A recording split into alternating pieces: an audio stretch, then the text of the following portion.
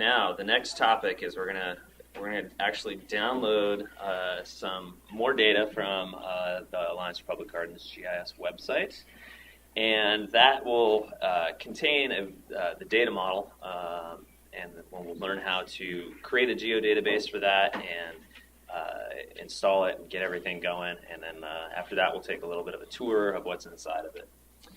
So let's see. The first thing we're going to do, if you have ArcMap open or anything else open, you can close all that stuff out. We're going to not use that for a little bit. Same. No need to save changes. Close all your windows. If you don't have the website still open, you can open up a web browser and pretty much do the same steps that we did before. I'll go ahead and start from the beginning here. So the address again is www.apgg.org.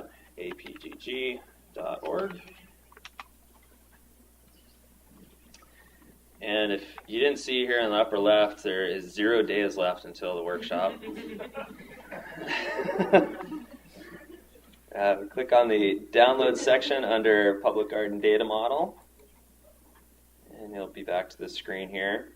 And now, usually, if you weren't in a class, we weren't doing this workshop, you would the most current version of the data model is available for download up here. And I'm going to say a few words about the status of the data model. You'll notice if you're at all familiar with software versions, that usually 1.0 is the first version of something, and this one's 0.19, so it's not a finished product yet. We're still refining it. We haven't created documentation for it, and we're still testing it, and every once in a while discovering some problems with it. For instance, the last little workshop that we did at the APGA conference, for some reason we had most of the computers it didn't work on, but then some it did for a particular thing. So we come across little errors from time to time. So my point here is that the data model, as I encourage everyone to use it, there's lots of good stuff in it, but it's not a finished product, and you'll very likely run into errors. But we are looking for people to test it, and if you contact me with any error that you may find or trouble that you're having, it helps me to be able to make the model better, first of all, and then I can also help you get through your problem. So anyway, the most current version of the data model will always be posted here as I complete it. And the data model is kind of made up of a few parts. This one that says Public Garden Data Model here at the top is the complete version, so it has everything in it. But then we've also broken it up into a couple different modules that we have as standalone pieces. So if you're just interested in doing just mapping your plants and nothing else, we have just the plant part broken out so that it has all the capacity for doing mapping groups of plants, which we call masses, or individual plants we call centers, and then the labeling that goes along with it, which is called annotation.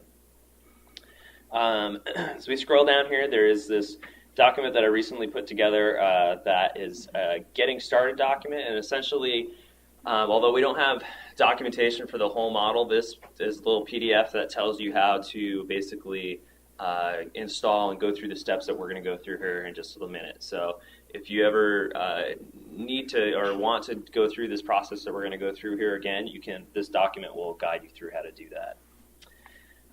There's also a little zip file here called plant symbols, and that is it's a font that you install on your computer, just like Arial or Times New Roman, and it basically has all kinds of different symbols that you can use for plants. So it has some cool tree symbols and shrub symbols and things like that, and these tend to be really hard to find, so I put them put them all together here so that you can use those for making your own maps.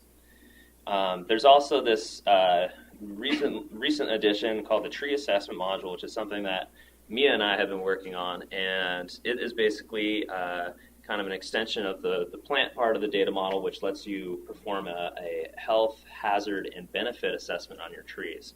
So it's kind of meant for, it has all the stuff for, say, an arborist to go around and do an assessment of the trees out in the field. And then it also has things for once you've collected information about your trees, such as DBH and the height to the crown and the condition of the tree, if there's any insect infestations. It has a few little numeric models associated with it that calculate a health rating for your trees and a hazard rating for your trees, so you can identify targets for trees that may need attention. And we're not going to really deal with that too much today, and again, that's still a work in progress, but I wanted to mention that it exists. And then there's also a document here that tracks the history of the data model, so as we make changes to it and we post a new version, there's this document will tell you what the differences are between maybe one that you already had on your computer and the most current one. Okay, so now to what we're really going to do here. Under GIS for Public Gardens, we're going to download the GIS for Public Gardens workshop data.zip. So if you click on that, we're going to want to save this. And we can save it to on your computer, to the T drive, and just hit save. Then when you're done, if you have this box, you can hit open folder, or you can alternatively, off the start menu, go to computer, go to T drive, and then you should see the file. Does that work for everybody? Okay, so now we're going to want to, this is a zip file, so we're going to want to extract all the information that's stored in this file so that we can use it. So if you right-click on this file, hit extract all. I believe that you can just go along with the defaults here and just hit next, and it should extract it all, and now it should have created a folder with the same name on the T drive there that has a bunch of different stuff inside of it. And most of this stuff, we're going to look at this data in our catalog, so we'll have a slightly different view. And so we don't have to really worry about this too much at this point, and you can just close this window, and you can also close your web browser and go back to desktop. Okay, so the next step is now we're gonna work with our catalog a little bit, and again, this is the data management software program that is part of ArcGIS Desktop. So to get to that, go to the Start menu, go to All Programs, and then there should be somewhere on here an ArcGIS folder. And then inside ArcGIS, there's ArcCatalog 10. And now we're going to be working with ArcCatalog and ArcMap a lot today and be switching back and forth between them. And I'm going to make it a little bit easier to get to these. And if I right-click on this, I'm going to hit Pin to Taskbar, and then it'll be right down here, and we can get to it quick. I'm going to do the same with ArcMap 10. Right-click on it, hit Pin to Taskbar. You don't have to do this, but it'll make it a lot simpler to be able to open and close these programs. Okay, so once you've done that, then you can click on our catalog icon here and launch the program.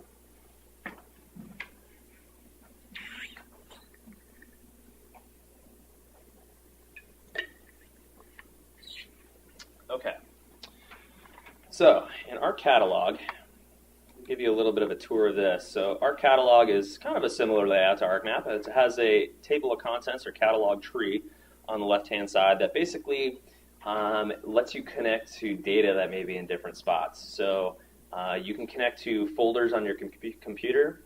You can look at those toolboxes that we saw in ArcMap, where it has all the different tools for working with data. So you can manipulate your data in here. It also has connections to database servers. So if you have at your garden, maybe you have a plant record system that's in something like Microsoft Access or something like that. You can connect to that database in here and set up a connection so that you can be able to access that data when you're in ArcMap. And then there's also connection GIS servers where you can connect to servers that are on the internet that may have data. For instance, we have a ArcGIS server at the UC Davis Arboretum where you can actually connect to our server and download our GIS data off of there and look at all of our collections on your own computer. So the first thing we're going to do here is actually create a folder connection to the T drive there where we've been working and saving our data. So to do that, up in the upper left-hand corner here, there's a Connect to Folder icon. Click on that, and then it gives you kind of the list of drives and whatnot on your computer here. And then expand computer, go down to T drive, expand that, and then click on the GIS for Public Gardens workshop data and hit OK. now you'll see that it added under folder connections a link to that folder. And on the right-hand side, it's showing us what's inside that folder. Is everybody able to do that?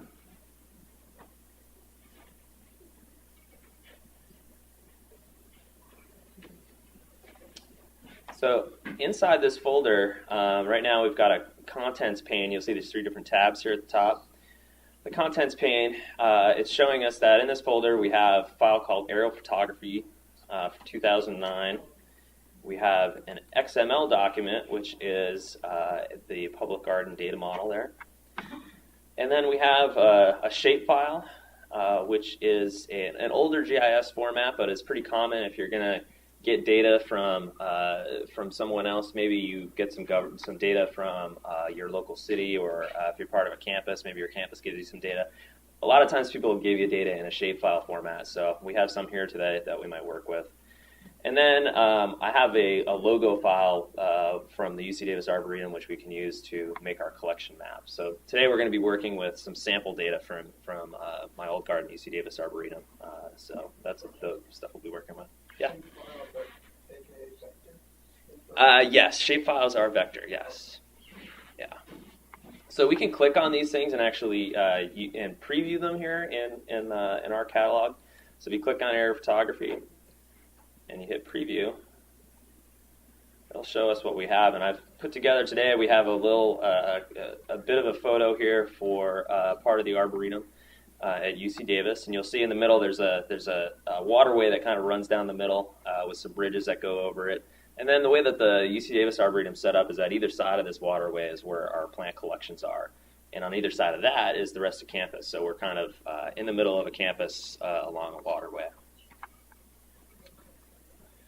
And we can also do that with, now on the left-hand side in the catalog tree, you'll see that it's also showing us all the things that are inside that folder. We can click on Area of Interest on the left, and you'll see what's inside this shapefile. And it's just a square that's basically a bounding box, essentially, for the data that we're going to work with today. And you can see that's the same size and shape, really, as this photo. So it's really just a line around the outside of the photo, essentially, or a polygon. And then you can click on our UC Davis Arboretum logo and see what that looks like. All right, so that's pretty much all we're going to do with working with that or looking at that data. So if we click back on under folder connections on the T drive here, and T where our folder is, and then switch back to the contents pane, the first thing we're going to do is we're going to take this ArcGIS Public Garden Data Model 0.19 XML document, and this would be the same file that we could have downloaded by itself from the APGG website. And we're going to basically turn this document into a geodatabase. So this contains all of the commands or scripts that basically that tell ArcGIS what to make a geodatabase out of. So the first thing we're going to do is create a new empty geodatabase. So in the contents pane here, right-click and hit New. And we're going to go with Personal Geodatabase. And now there's a couple different flavors of geodatabases, but for simplicity's sake, we're just going to work with the personal version today. So if it gives you a chance to rename this, we're going to basically just create, I'm just going to call mine temp because this is a temporary geodatabase that we're going to be deleting later. Now, when we download this data model file, it has remember I mentioned projections earlier, and it's the way that we basically take the round surface of the Earth and flatten it. Because everybody generally uses a different projection based on where you live, we don't have any projection information defined for the data model right now. It's empty. So we're going to put this into a temporary geodatabase, and then we're going to basically assign a projection to it that is good for the area that we're going to work with. So it's a California projection. And then we're going to write that to a new geodatabase in the process. So that's why we're going to just have this temp one here for a second. Okay, so the first thing we're going to do is we're going to or the next thing is we're going to right-click on the temp geodatabase, and we're going to do import. And at the bottom of that, you'll see XML workspace documents. So select that, and then it asks, what do you want to import? And we're going to import schema only. This means it's going to import a just an empty database with no data in it, no shapes, no nothing. And then it says on this next box, select the file to import. So you hit the Browse button there. And now we have to get to where we stored that XML file. So if you click Computer, you click on thaw space 0 for the T drive, you should see our GIS for Public Gardens workshop data. And then inside of that, it gives us a list of all the different XML files, but we want to get the one that says Public Garden Data Model on it. Click that, hit Open. See the address of that should come up there, path. Click Next. And then on this screen, it just basically summarizes all the different things that are in that XML file and all the things it's going to create inside our Geodatabase. So if you look down this list really quick, you can see all those different objects that I mentioned that were in that really complex diagram. So there's all kinds of different things in here. There's property and sections and soils and plants and people movers and all kinds of crazy stuff. But this is just a summary, and basically all we need to do on this screen is hit Finish. Now what's going to happen is it's going to import all this stuff from that file into the Geodatabase, and this can take a little while depending on the speed of these computers. It could take 5 minutes for this to happen. So if you need to, go run to the bathroom really quick, you could do that or whatever, because it may take a little bit of time. Is everybody able to get to this step? Good. And it looks like it's almost done, right? So it should be there any second, but no, it'll just stay there for a while.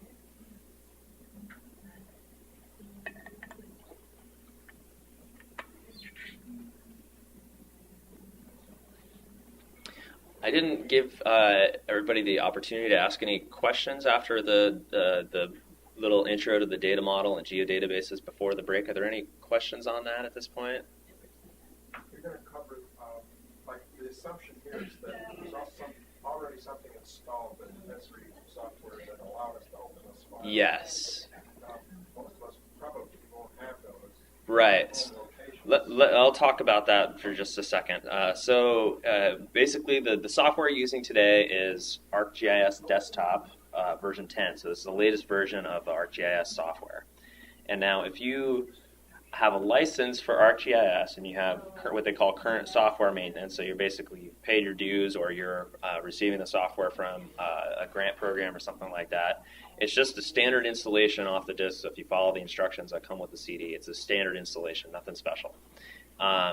If you don't have the software and you'd like to get it, there is a grant program, which I'll talk a little bit about later for APGA members, that lets you get the software and training and a few other things for free for 3 years, which you have the option to renew. If you want more information about that, you can talk with Angie Lee back there, who can tell you everything you need to know about that. But we'll talk again at the end of the workshop today about what's available through that program. So again, this is just the software we're using today is a standard installation of ArcGIS 10. Does that help answer your question? Okay. You're updating releasing new versions of the data model for the data model? Yes. And you have an older one. How easy is it to get to use the newer one? Good question. So that's something that we're still trying to. At some point, I'll make some instructions on how to move from one version to the other. Basically, it depends on how much of the model you're using. Like I said, there's like 150 different things in there. If you're using all 150 of them, it may take you a little while to be able to move to the newest version. But generally, you can just copy things from one object to another. So say you have all your plants mapped, to be able to take your plants from the old version and put it into the new version just takes a couple minutes. So that's not too hard, but it depends on how far along you are with using it. But most institutions that are using it at this point are only using a small percentage of it. So we hope to have a more finalized version of the model out relatively soon with documentation, but I find myself continuing to say that because I just can't find the time to get it all done. So I can't tell you exactly when it will be out, but hopefully it'll be soon. And if you are willing to use this kind of what we call a pre-release version of the model, I'll be more than happy to help you, over the phone or whatever, to be able to transition to a newer version. So as you can see, it's still almost done. It's getting there. XML import to be grayed out? Because she has the wrong version of this license on there. If you don't have Arc Info or Arc Editor, you can't do it. Can you check that, Angie? So that's another thing about the software to further complicate the ArcGIS software thing. Once you have ArcGIS Desktop, there's 3 different versions of ArcGIS Desktop license-wise. So there's what's called ArcView, which probably a lot of you guys have heard of, and really what that is it's for viewing data. It's the lightest version of the license. Then there's an Arc Editor license, and the Arc Editor license gives you the capacity to be able to edit data, which generally the Arc Editor version is good enough for most of the tasks that we would do from day to day at a garden. And then there's the Arc Info level, and that's the highest level, and that basically allows you to perform analyses on your data. So it lets you use analysis tools. So a lot of people could start out at Arc Editor and upgrade to Arc Info, but I recommend that if you're going to be doing the grant program through Esri, to get the Arc Info because it doesn't cost you anything more. So I usually try to go for the highest one if I can get it for free. So does that make sense to everybody? Okay. And if the problem that we may be running into over here is that if you don't have the Arc Editor or Arc Info license level, you won't be able to perform this step here.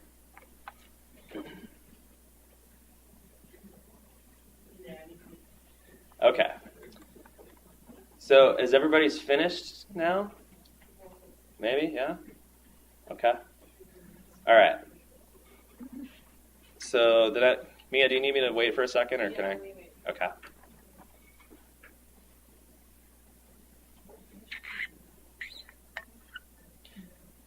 So now, actually, while we wait, you can look and see what it actually did. If you double-click on the temp thing here, which is a little gray cylinder, inside, now you'll see some of the components of the data model. And I'll give you a more detailed tour of what's going on, but there's a bunch of different objects that's loaded in here. If you double-click on base map, you can see where the bulk of the stuff is, and you can see all those things that were listed during that import step have been turned into different feature classes or relationship classes inside the model. Okay, so the next thing that we're going to do, now we have all the data model all loaded into this temporary geodatabase, but it doesn't have a projection. It doesn't know how to represent the stuff on the map for us based on where we are. So we're going to go into ArcMap, and we're going to assign that projection information and then create a new database from that. And again, all these steps that we're going over right now are listed step by step in that Getting Started PDF document that's on the website. Okay, so now we're going to close our catalog. And this is always a good rule of thumb that when you're going to be manipulating data in ArcMap or ArcCatalog, that you only have one of the programs open at a time. Sometimes you can get away with having both open at the same time, but sometimes you'll find that things are grayed out or you can't do it, or it says that that you can't do it because it's already in use. Okay, so this Getting Started window opens.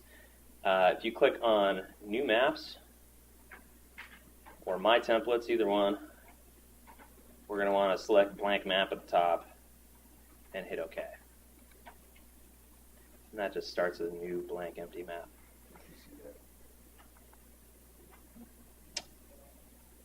And then you click on the Add Data button, which is a black plus on a yellow triangle sorts. If you click on that, okay, sure.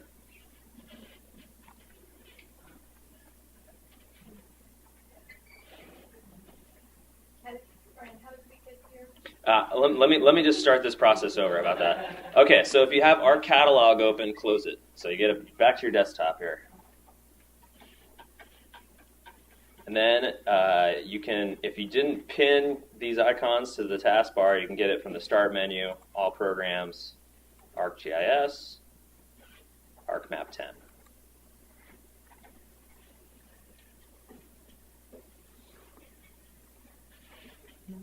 Okay, and then some of you, maybe not all of you, will have this Getting Started window come up. Does everybody have that? Okay.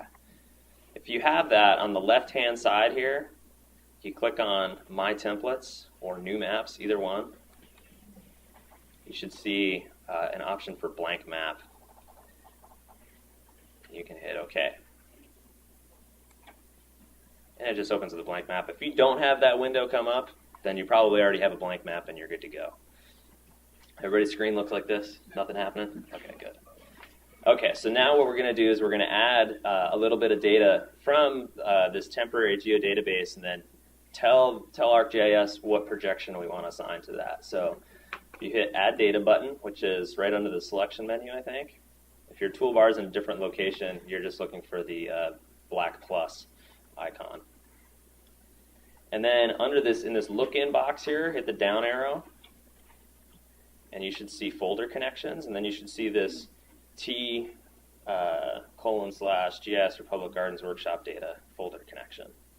Click on that, and now you'll see all the stuff that we were just seeing in our catalog. If you double-click on the temp geodatabase, it opens up to what we just saw inside of it. Double-click on base map, and you can select any of the feature classes in here, but I just would recommend selecting the area of interest one in the upper left. And then hit Add. And then you'll probably get this box that says unknown spatial reference. And this is the error that we're going to fix right now, is that it doesn't know where this data is supposed to be or how it's supposed to be projected. So we're going to tell it what to do. So you can X out or hit OK on that box.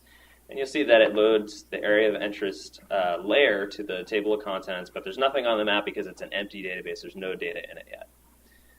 So to be able to assign a projection to this, we have to go in a kind of a funky fashion, but it gets the job done. If you go to Customize, you hit Toolbars, and you get the Distributed Geodatabase toolbar.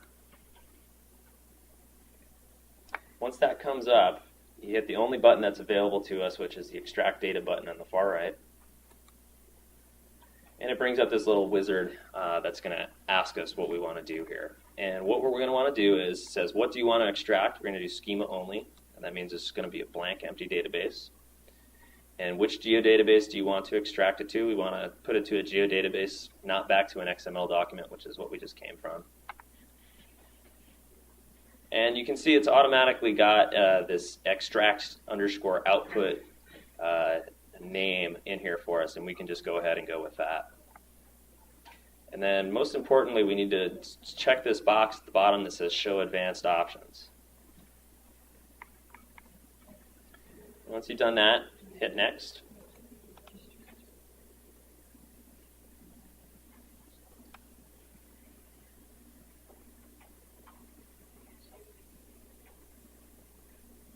You need that again, Mia?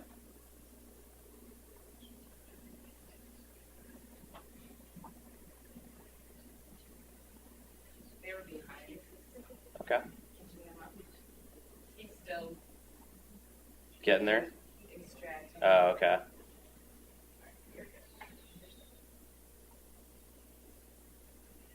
Should I wait for a second, or? Yeah, wait for just a second. Okay. Oh, there. It's always the problem with group computer exercises that not all computers operate the same. Some crash, some don't. I'm blaming that guy. Oh, okay. Sometimes there's operator error too.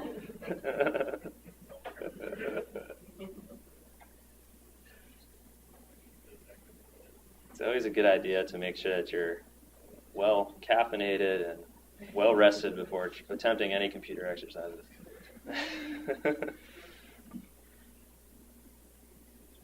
Okay, I'm gonna slowly move forward here in so that everyone doesn't get bored here. Okay, so on this screen, you should have all the options checked here. We've got our Show Advanced Options, we've got our output location, and we say schema only and geodatabase. We hit the Next button. Are you okay, Angie? Okay. And on this next screen, completely ignore it and just hit Next again. And now on this screen, you can see it says Output Spatial Reference. This is our chance to assign a projection to it. So we're going to do Specify a New Spatial Reference option here. And the dataset name is fine. And it says our Output Spatial Reference is unknown. We're going to change that. So you hit Edit. and this is the spatial references properties box here. We're going to do select. And then this gives us a list of all the different possible coordinate systems we can choose from. In this particular case, we're going to go with projected coordinate systems, and then state plane. And now state plane is generally what you're going to find that most people use. So if you would like to figure out what projection that you should use, the best way of doing that is to talk to your local people that have GIS. So if you're part of a campus, talk to somebody on campus and they'll tell you what to use. Or you can talk to, if you're in a city, which everybody's going to be part of some kind of community, either city or town or county, you just call up somebody there. Usually the planning department's a good place to ask, and then you can find out what to use. But generally it's going to be a state plane projection. And then here there's all these different things. There's NAD 27, NAD 83. Most people are going to use this one here, which is NAD 83, 1983 US feet.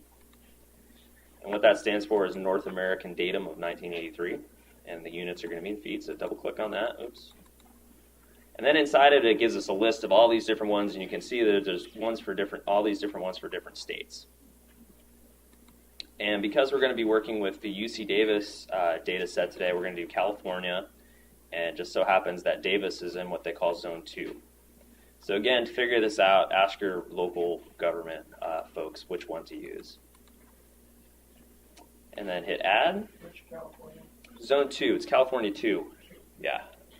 Should say FIPS 402 at the very end of it. Okay, and then we're also going to set, this is the XY coordinate system. This is the coordinates for distances on the ground. And we're also going to select the vertical coordinate system, which is measured a little bit differently. So on this, again, you go to the Z coordinate system tab, hit select, go into the only folder it brings up, go to North America. And then you want to select NAVD 1988, which is North American Vertical Datum of 1988. And hit add. All right, now we've got those both in there. You can hit OK. And now on the output spatial reference window here, you should see that both of our choices are reflected.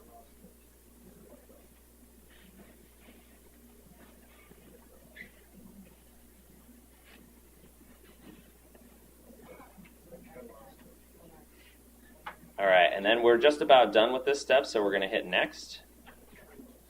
And then on the last screen here, you hit no further action and then finish. And guess what? This window comes up again where it's going to take 5 minutes or so for it to be able to do all this. So again, if you have to run to the bathroom, here's your chance.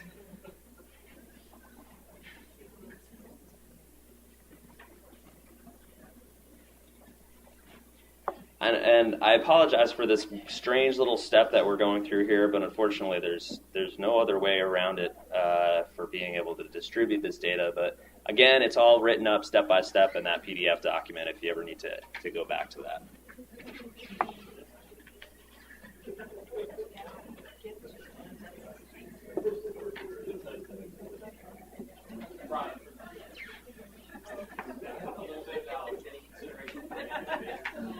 Yeah, sure. So Vic just brought up a point about considerations for Mac users. Generally, ArcGIS is a Windows-only platform, but people have been successful in running it in Boot Camp, or what are the other things called on Mac that let you run Windows programs? Yeah. Parallels is one. Parallels. I don't have a ton of experience doing it, but from what I've heard is that you can do it and it works.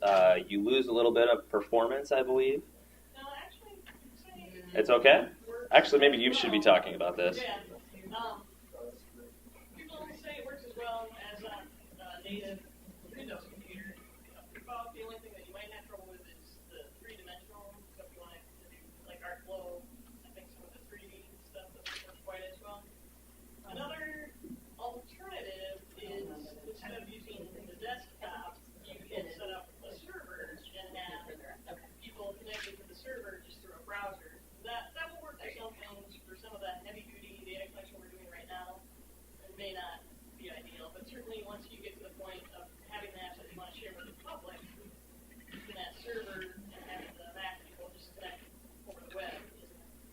I think the graphics performance is probably the thing that suffers the most. Like if you have a complicated data set that needs a draw, like if you're doing a remote desktop thing, that's going to be a little slow. But, okay, did everybody's finish?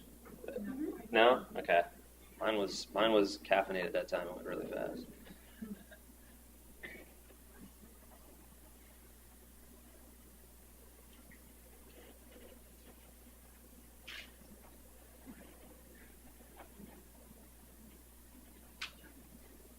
You're done? How we doing? Everybody done? One more?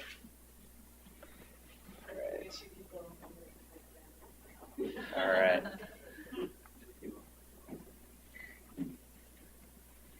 All right. Either way, when we're all done here, as it does finish, and you guys can catch up as necessary, we're going to close ArcMap. We're done with ArcMap for the moment. We're going to go back to ArcCatalog, and we're going to look around in the Geodatabase. And now you could, if you wanted to, use this Catalog tab here and access it from there. But I want to emphasize ArcCatalog, so we're going to go back into that. Good question there, Doc?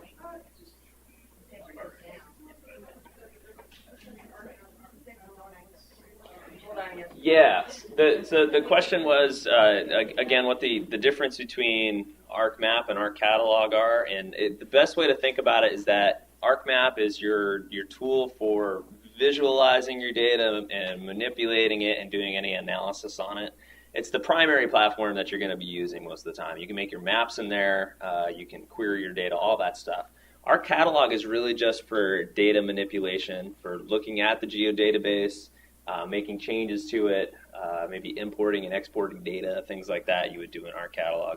Is there anything else you would say about those differentiations? Not really. Just think of ArcCatalog as Windows File Explorer. Yeah. Where you kind of find stuff. Right. ArcMap is more like Office. It's where you actually do stuff. Yeah. That's a good analogy. Okay, so we're going to close ArcMap. No need to save changes to Untitled. And we should be back to our desktop here. And now we're going to open ArcCatalog. If you pinned it to your taskbar, you can get it that way. Otherwise, it's under Start, Programs, ArcGIS, ArcCatalog 10. Okay. So here we are. If things go well, it should open right back up to where we were working. If not, on the catalog tree, under Folder Connections, click on the T, GIS for Public Gardens link there. Okay, now you'll see that we have this extract_output personal geodatabase, and this is going to be the one that we're going to work with today. So the first thing I'm going to want to do is rename this thing. And so you right-click on it, click Rename, and you can name it something meaningful. This is going to be something that you're going to use for your garden. So if this is your own garden, you might name it after your garden, or whatever you want. Today, because we're going to be working with UC Davis Arboretum data, I'm going to call it UC Davis Arboretum. And one thing that I recommend for people is that you are using the data model to note the version of the data model in this title, so that if you're going to upgrade to a future version, or you have a question that you need to ask of me over email or something like that, I know which version you're using. You can keep this somewhere else if you want, but just putting it right here is a good idea. So we're using version 0.19, so I'm going to put that on the end there. And then if you put a point in there, you also have to type .mdb at the end. And that way it works. We got that? And now this temporary geodatabase, we're done with that, so we can delete it. So you can right-click on it, hit delete. And yes, you want to delete, and now it's gone. Okay, so let's take a look at what's inside this geodatabase now. So double-click on our newly renamed one. And inside, we can see some of the different things that I talked about in the presentation before the break.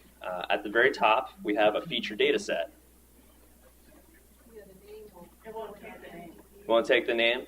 You have to do dot. You have to put .mdb at the very end of it.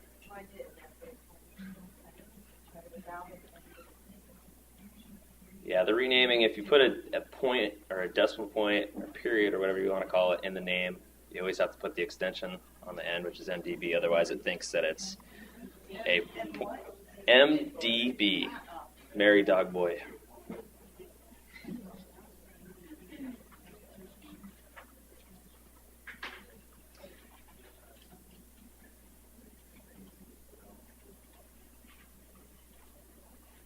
Sorry, I should have left that step out. It's a confusing one.